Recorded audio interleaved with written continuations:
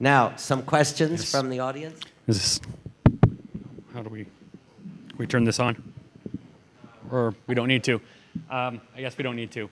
My question is more directed to Mr. Cedar and, thank you, and Ms. Nini. My name is Ellie Fisher. I actually reviewed a footnote for an American publication called the Jewish Review of Books, or co-reviewed it. Hi. Hi. How you doing? We can talk after. I do want to get to my question, though. I hope you read it. I hope you liked it. I don't read any reviews. Okay. That wasn't serious. I read all the reviews. Okay. Can I get to my question now? Yes, Thank you. yes, Are we from the same gene pool? My question is, we've been talking about this balance between specificity and universality. What I'm hearing from the two of you, in particular, is that you both emerged out of a certain hybridity, that you almost, as it were, crossed paths in the middle. Mr. Cedar was born in the United States and immigrated to Israel at a young age, and Ms. Nini had, went in the other direction.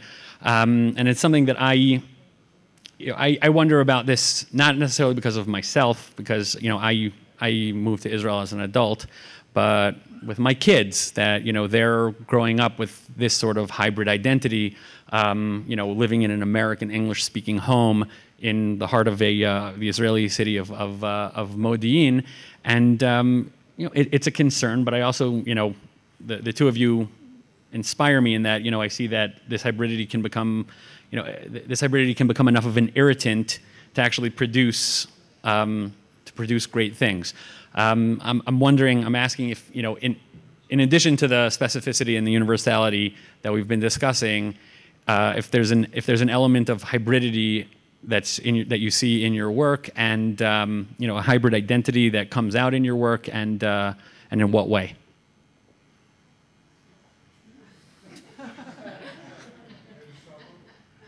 The American-Israeli duality is just the beginning of it. And as an Israeli, I grew up with two cultural heroes.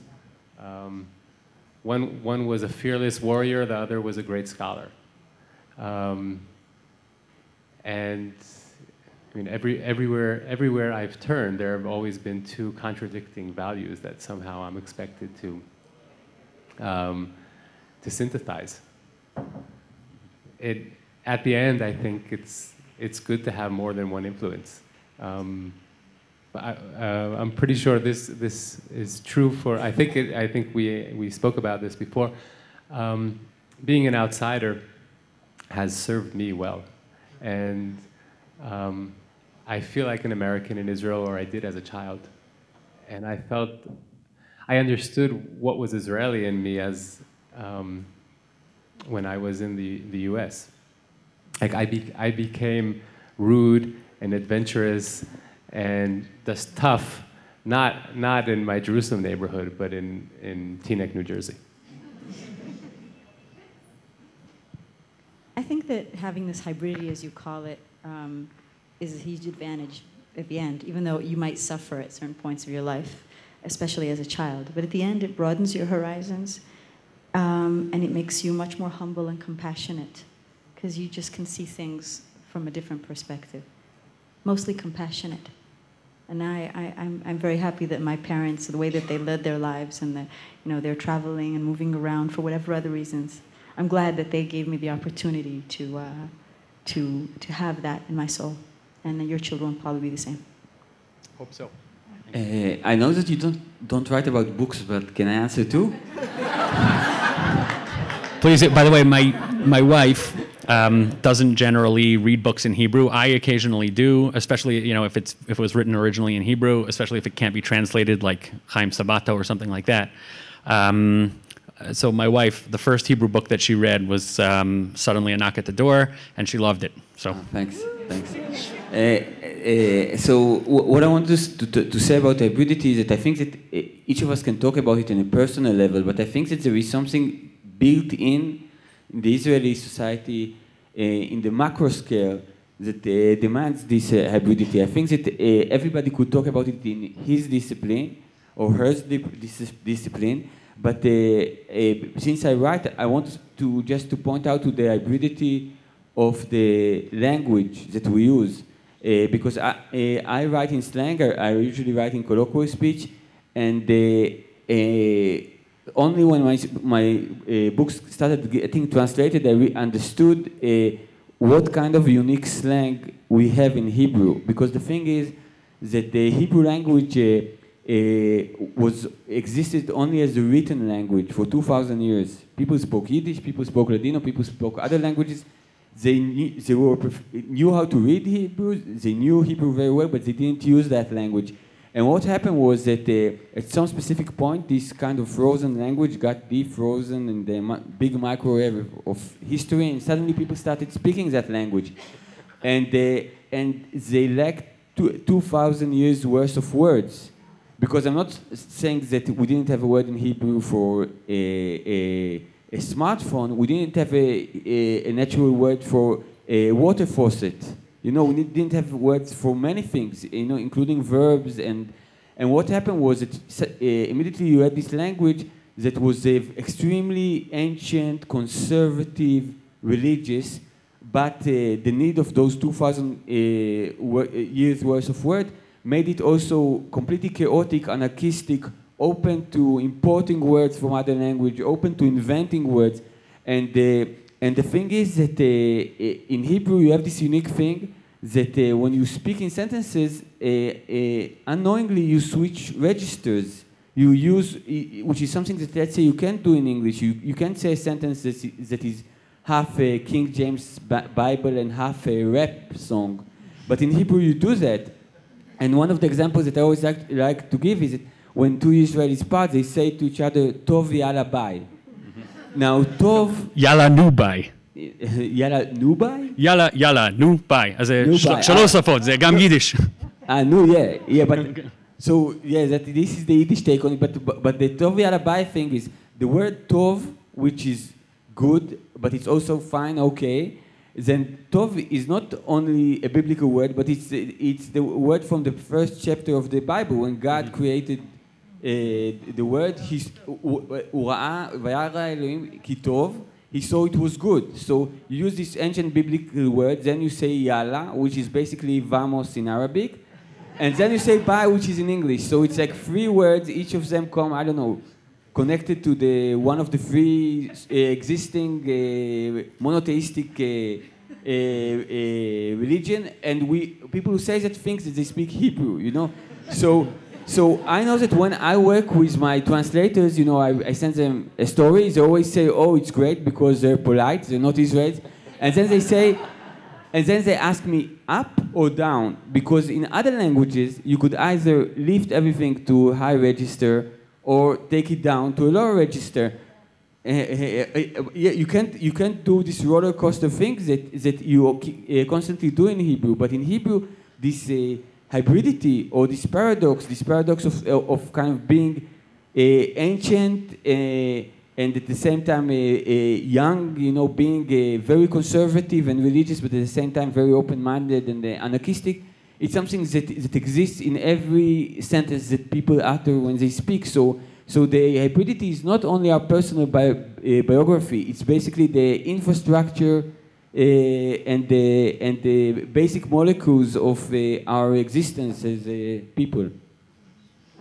Last thing about the subject, that we're like kind of very happy and content and feelings with our culture, and if we're hybrid with the West or with Anglo-Saxon culture and Europe.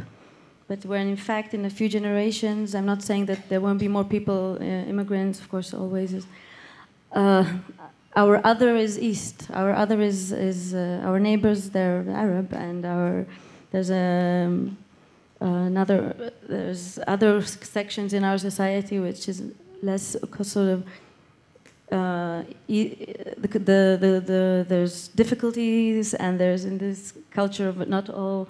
You know, there's a lot of imbalance, and when I somehow start to come across people from the 80s, 90s, who have no sort of, their parents and parents were born in Israel, and they have no kind of little bit more, how do you call it? We'll have to find a word for it. And they're monocultural, even if they can speak English well, but they're monocultural, and this sort of narrow perspective, I really have to start going a little bit wild, and it can't be that we can't allow ourselves to be so centered and unaware, or lean on the history, our past, our European model, and not wake up and reach across to the cultures, either surrounding and inside us, the East and the West, the Sephardi Jews, the Ashkenazi Jews.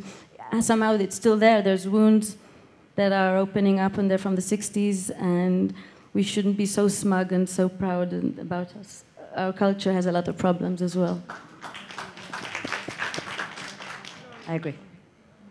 No, we're finished. No, Sigali, you make a very good point, because it is a question about what will happen in the next generation.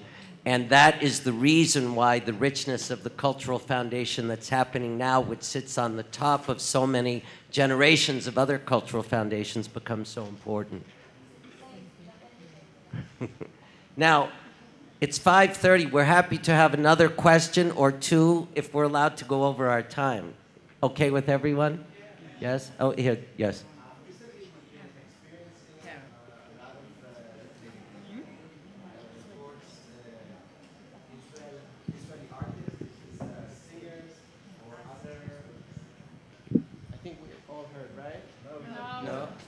Recently, we've been experiencing a lot of negative feelings for Israeli artists across the world. And we talked about the Israeli identity of all of you, or some of you. And I was wondering, how does it make you feel? And how do you think we could improve and reduce these kind of actions, like with the Philharmonic in London, and etc.? Yeah, she's building a bridge, a salt bridge. I'd build a musical bridge. I can definitely answer that, right? I experience, I don't know about them, maybe because they do their work at home a lot, and they stay at home, and then their stuff goes out, but they are not really exposed to the public as much, maybe in special events or whatever. But me, I'm exposed to the public all the time, and so I bear a lot of the brunt of that, what you're talking about. So, in fact, it's twofold, because in Israel, I have demonstrations from the Israeli right, and in Europe, I have demonstrations from the European left. The Israeli right, of course, is very angry at me almost always for the last 20 years, since I, for the first time, said I wouldn't perform in the occupied territories, and got all the flack, almost got killed and whatever, and been continuously saying all things that I believe in over all these years. And the European left is just, if you're not going to take your Israeli passport and burn it in a bonfire in the center of the city, then they're going to be there demonstrating against you at this point in time. What should be done, if you ask me? The answer is purely political and nothing else. I think anything else is just burying our heads in the sand. Let's be nice, let's do this, let's send the artists as our ambassadors. No. We have to make peace in this country. We have to get on with our life. We have to stop beating around the bush. This country has to make peace.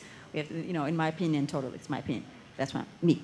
Two-state solution, and get on with it. Start building trust with our neighbors, starting being part of the international community, stop being paranoid, stop being arrogant, and the way that we tend to behave. With all due respect to us, and we have a lot of respect, we deserve respect, we're a great people, we have a beautiful country, we deserve to live, blah, blah, et cetera, and so do the others. So if you want to know when the demonstrations will stop and when the antagonism will stop towards Israeli artists, is when Israel will get its act together, where the government will do it, where the people will understand that it is in our best interests for that to happen.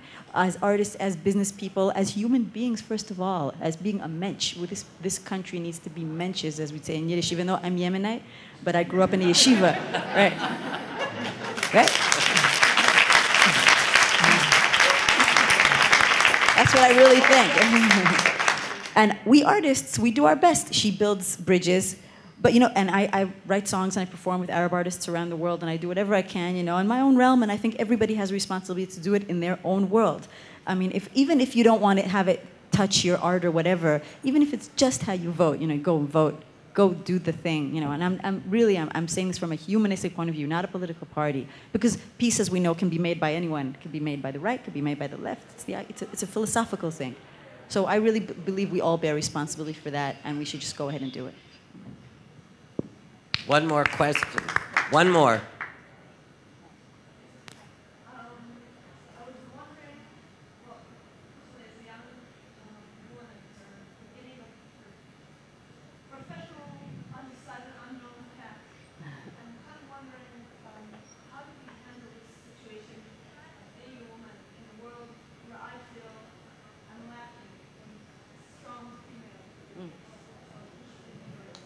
Are you a musician? And do you feel it's more difficult to be a woman photographer than a man photographer, a male photographer? Yeah. Yeah, Sigalit was saying that's probably right. It's just really hard to be a woman. It is. Let's tell the truth here, okay? It's hard to be a woman, especially if you want to get something done. You know. My stage name in outside of Israel is Noah, and my full name, as you see, is Achinoam. Noah was one of the 14 daughters of Tzlofchad during the time of Moses. He had only daughters. He was quite a wealthy man. When he died, then Noah went to. She was the eldest. Went to Moses and said, we're perfectly capable of handling our father's property. Why don't you just give it over, rather than passing it on to the tribe? And he actually agreed to that. And so she set the first precedent for women's rights in the Bible. Now, has that really been implemented ever since? No. And it just keeps getting harder and harder as we have more opportunities and the world opens up in many directions.